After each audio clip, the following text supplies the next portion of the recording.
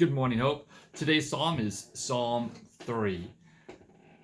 Psalm 3 is a psalm of David when he fled from Absalom, his son, which you can read about in 2 Samuel 15. And anytime you have a psalm that lets you know when he wrote it or when it's about, it's always good to kind of go find the context of it, the source of it, and read about it. It'll help you understand what David is writing. So Psalm 3, O Lord, how many are my foes? Many are rising against me. Many are saying of my soul, there is now no salvation for him in God. Selah. So this first part, of these first two verses, we see a dire situation for David. And of course, this is when him and his household is being chased by his son Absalom. And he is fearful. He is terrified at this moment. And that's expressed in these first two verses. And in part, it's because he's focused on his enemies. Now, notice verses 3 and 4, where he goes on and says, But you, O Lord, are a shield about me, my glory and the lifter of my head. I cried aloud to the Lord, and he answered me from his holy hill, Selah.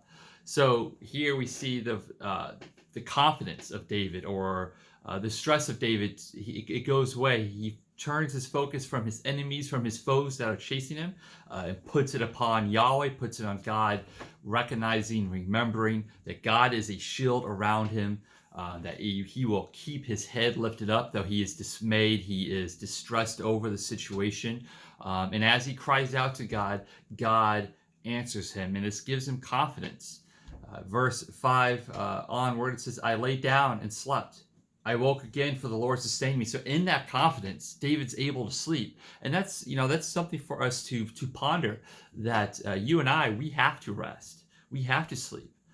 But God does not. And we have confidence that when we go to sleep, God is in control. He is still sovereign over all things, and he watches over us. And recognizing, David here, recognizing that God's a shield about him, and that God responds as he cries out to him, he's able to lay down and sleep.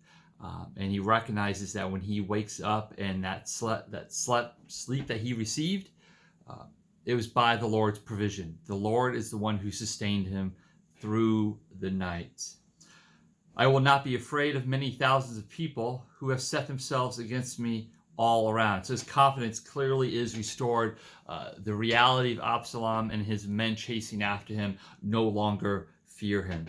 And then 7 through 8, he cries out, he says, Arise, O Lord, save me, O my God, for you strike all my enemies on the cheek. You break the teeth of the wicked. Salvation belongs to the Lord. Your blessing be on your people, Selah. So there it's like a battle cry. He's calling out to God. He is charging God to step up, to deliver him, to hear his cry.